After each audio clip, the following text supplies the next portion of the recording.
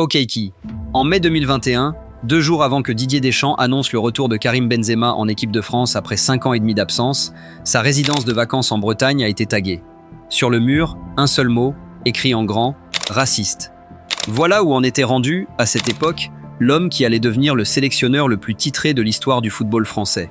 Un type qu'on accusait ouvertement d'écarter des joueurs à cause de leurs origines, alors qu'au même moment, il s'apprêtait justement à rappeler celui qu'on présentait comme la victime de ce racisme supposé.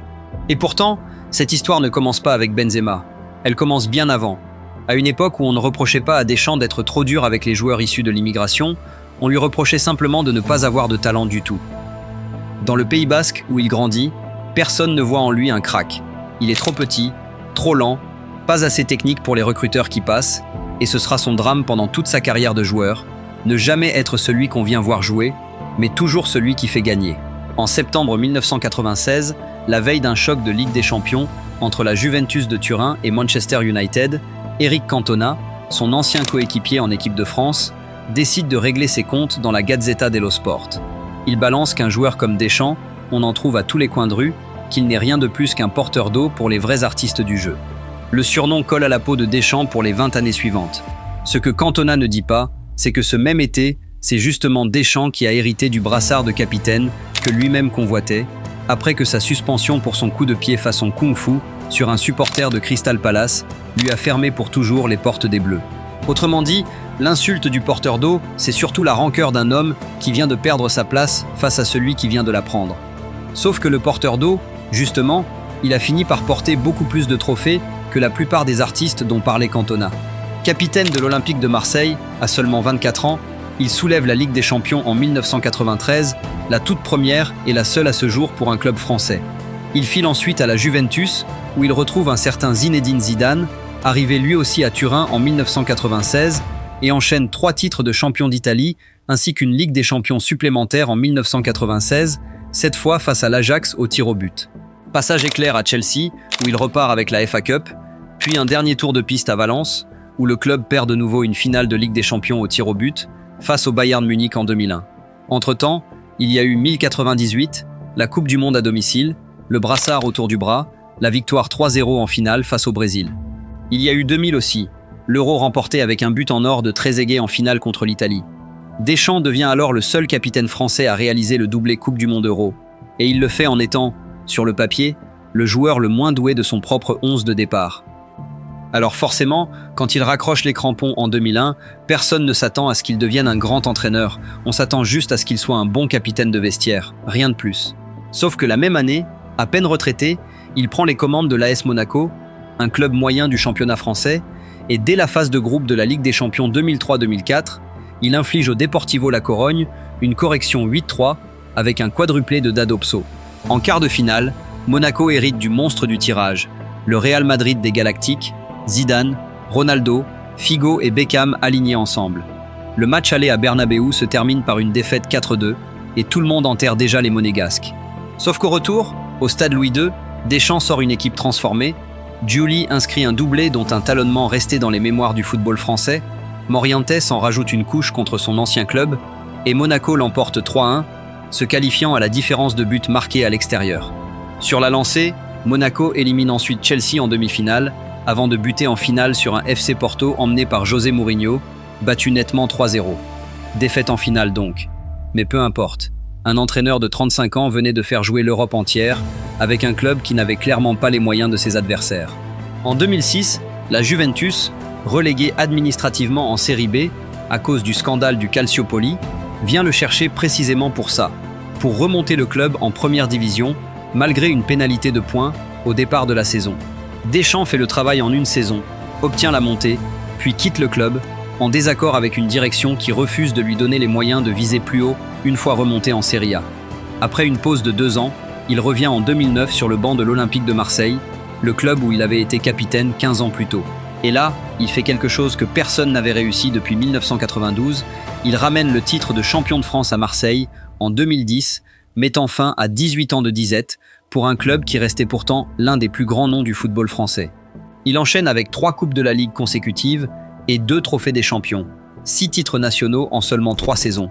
C'est cette version-là de Deschamps, l'entraîneur qui prend des clubs à la dérive et qui les ramène sur le podium, que la Fédération française de football va chercher en juillet 2012. Le contexte est catastrophique. 2 ans plus tôt, en Afrique du Sud, les Bleus ont refusé de s'entraîner en pleine Coupe du Monde, l'image de l'équipe de France est en lambeaux, et c'est Deschamps qu'on envoie éteindre l'incendie. Le début de mandat est poussif. Quart de finale en 2014 au Brésil, sorti par l'Allemagne sur un but de Mats Hummels. Mais en 2016, à domicile, Deschamps emmène les Bleus jusqu'en finale de l'Euro, perdu en prolongation contre le Portugal sur un but d'Eder. C'est là, quelques semaines avant ce tournoi, que tout bascule. Fin mai 2016, alors que Deschamps vient de dévoiler sa liste des 23 pour l'Euro, sans Karim Benzema, écarté depuis 1 an à cause de son implication dans l'affaire de la sextape visant Mathieu Valbuena, et sans Hatem Ben Arfa, pourtant l'un des joueurs les plus en forme du championnat, Cantona ressort l'artillerie lourde. Dans une interview au Guardian, il affirme que Benzema et Ben Arfa sont 2 excellents joueurs, mais que Deschamps, lui, porte un nom bien français, peut-être même le seul nom vraiment français de tout le pays, et que ce n'est sans doute pas un hasard si les 2 joueurs écartés ont des origines nord-africaines. Le message est clair, et il ne s'arrête pas à une simple insinuation. Cantona vient d'accuser publiquement le sélectionneur des Bleus de discrimination raciale, à 3 semaines du coup d'envoi d'un Euro que la France organise à domicile. La réaction est immédiate. Noël Le Graët, alors président de la fédération, qualifie l'accusation de ridicule. Deschamps, lui, charge son avocat de lancer une procédure en diffamation contre Cantona. Et là, il faut être précis sur ce qui s'est réellement passé. Parce que Benzema lui-même n'a jamais accusé Deschamps de racisme, il a dit autre chose, une nuance qui a souvent été perdue dans le bruit médiatique. Interrogé par Marca, il a répondu qu'il ne pensait pas que Deschamps était raciste, mais qu'il avait, selon lui, cédé face à une partie raciste de la France. Ce n'est pas rien comme distinction, mais dans le climat de l'époque, entre les attentats de 2015 encore dans toutes les têtes et un pays en pleine fracture identitaire, plus personne ne fait la différence. Le dossier judiciaire, lui, traîne pendant des années. Cantona est mis en examen pour diffamation en novembre 2017. Il se présente en personne au tribunal, pas Deschamps. Et puis, coup de théâtre. En décembre 2020, le tribunal correctionnel de Paris déclare la plainte de Deschamps nulle, non pas parce que les propos de Cantona seraient jugés vrais, mais pour un vice de procédure. La plainte, mal rédigée, ne définissait pas assez précisément les propos visés. Deschamps fait appel. La cour d'appel confirme la nullité en septembre 2021. Autrement dit, après 5 ans de bataille judiciaire, la justice française n'a jamais tranché sur le fond, elle n'a jamais dit que Cantona avait raison, elle a juste dit que la plainte était mal ficelée. Pour Deschamps, ça revient au même que de rester avec une tâche qu'on ne peut ni prouver ni effacer. Ce que la procédure judiciaire ne dira jamais, en revanche, c'est ce que ses propres coéquipiers d'époque en pensent. Franck Leboeuf, qui a joué à ses côtés en équipe de France et à Chelsea, expliquera plus tard à quel point l'accusation lui semblait absurde, rappelant que l'un des meilleurs amis de Deschamps s'appelle Marcel Desailly, et que Marcel Desailly, pour ceux qui l'ignoreraient, est noir, et que l'un des autres proches de Deschamps s'appelle Zinedine Zidane, originaire d'Algérie. Le détail est presque ironique quand on se souvient que Cantona lui-même, dans ses attaques des années 1990, épargnait justement Zidane, le qualifiant de l'un des 2 seuls joueurs français corrects en Italie avec Youri Djorkaeff. 20 ans plus tard, ce même Zidane compte parmi les preuves vivantes brandies pour défendre Deschamps.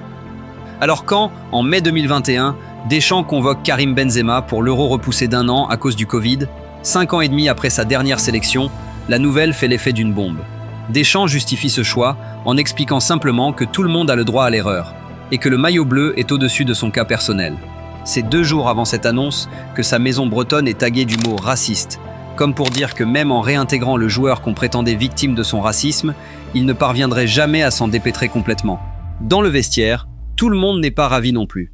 Antoine Griezmann, d'après plusieurs sources, n'aurait pas vu ce retour d'un très bon œil, au point qu'une réunion d'urgence aurait été organisée en interne pour calmer les tensions. Sur le terrain, ce retour ne portera pourtant pas chance. La France se fait sortir en 8e de finale par la Suisse, après avoir mené 3-1, l'un des plus gros retournements de situation de l'histoire des Bleus. Mais l'histoire ne s'arrête pas là, parce que quelques mois plus tard, en octobre 2021, Deschamps et cette même équipe remportent la toute première Ligue des Nations de l'histoire des Bleus face à l'Espagne en finale. Puis vient le Qatar, fin 2022. Une Coupe du Monde jouée sans plusieurs cadres blessés et pourtant une nouvelle finale, la 2e de suite pour Deschamps comme sélectionneur. Face à l'Argentine de Messi, les Bleus se retrouvent menés 2-0, reviennent à 2-2 grâce à un doublé de Mbappé en 2 minutes, l'Argentine reprend l'avantage en prolongation, Mbappé égalise une 3e fois sur pénalty pour compléter son triplé, et il faut finalement les tirs au but pour départager les deux équipes, avec une victoire argentine. C'est considéré, encore aujourd'hui, comme l'une des plus grandes finales de l'histoire du tournoi, et Deschamps en ressort avec un bilan que peu d'entraîneurs peuvent afficher. 2 finales de Coupe du Monde disputées en 2 éditions consécutives, une gagnée, une perdue au tir au but dans un scénario totalement fou. Ce qui suit est plus compliqué.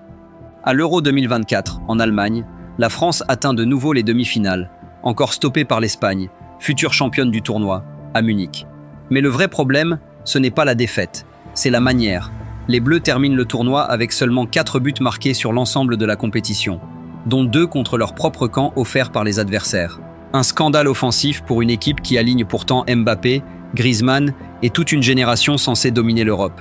Le mot Deschamps Ball revient en boucle dans la presse pour décrire ce football jugé trop prudent, trop verrouillé, presque anesthésiant à regarder. En juin 2025, rebelote, l'Espagne bat de nouveau les Bleus, cette fois en demi-finale de la Ligue des Nations, au terme d'un match complètement fou terminé 5-4, où la France recolle à 2 reprises avant de craquer dans les dernières minutes. À ce stade, l'Espagne est devenue une sorte de bête noire personnelle pour Deschamps, un mur qu'il ne parvient plus à franchir en phase finale. C'est dans ce climat, entre exigence devenue insatiable et lassitude d'une partie du public, que Deschamps aborde sa dernière Coupe du Monde, celle de 2026, organisée entre les États-Unis, le Canada et le Mexique, en ayant annoncé depuis un moment qu'il quitterait son poste à l'issue du tournoi, quel qu'en soit le résultat. Et là, contre toute attente vu le climat ambiant, les Bleus livrent l'un de leurs meilleurs parcours de phase de groupe et de tour à élimination directe depuis des années, 6 victoires en 6 matchs pour rallier les demi-finales sans perdre une seule fois. Mais à Dallas, à la mi-juillet, l'Espagne les attend encore, une nouvelle fois. Et cette fois, c'est sans appel.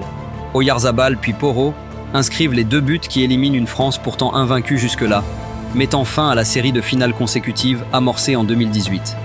3 jours plus tard, pour son tout dernier match sur le banc des Bleus, la petite finale contre l'Angleterre tourne au n'importe quoi total.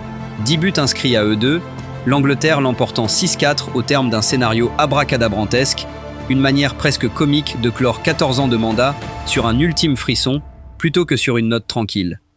Deschamps encaisse une première mi-temps cauchemardesque, procède à 4 changements à la pause et reconnaît lui-même après coup qu'il n'avait pas fait ce qu'il fallait sur les 45 premières minutes. Il repart tout de même avec, en tête, ses 20 dernières minutes où ses attaquants ont retrouvé, l'espace d'un instant, ce jeu spectaculaire qui avait emballé la planète en tout début de tournoi, avant que la fatigue de 14 années sur le même banc ne finisse par rattraper tout le monde. Au moment de partir, les chiffres parlent pour lui, même si en France on a fini par les trouver presque banals à force de les voir s'accumuler. 103 sélections comme joueur, 185 matchs comme sélectionneur, davantage de matchs disputés en bleu, en comptant les 2 casquettes, que n'importe quel autre homme dans l'histoire du maillot tricolore. Il rejoint surtout un club fermé à seulement 3 membres dans toute l'histoire du football mondial, celui des hommes ayant soulevé la Coupe du Monde à la fois comme joueur et comme sélectionneur, aux côtés du Brésilien Mario Zagallo et de l'Allemand Franz Beckenbauer. Une Coupe du Monde gagnée et une autre perdue au tir au but comme sélectionneur. Une finale d'Euro perdue et un titre de Ligue des Nations remporté. Sans compter tout ce qu'il avait déjà accumulé comme joueur entre Marseille, la Juventus, Chelsea, Valence et les Bleus de 1998 et 2000.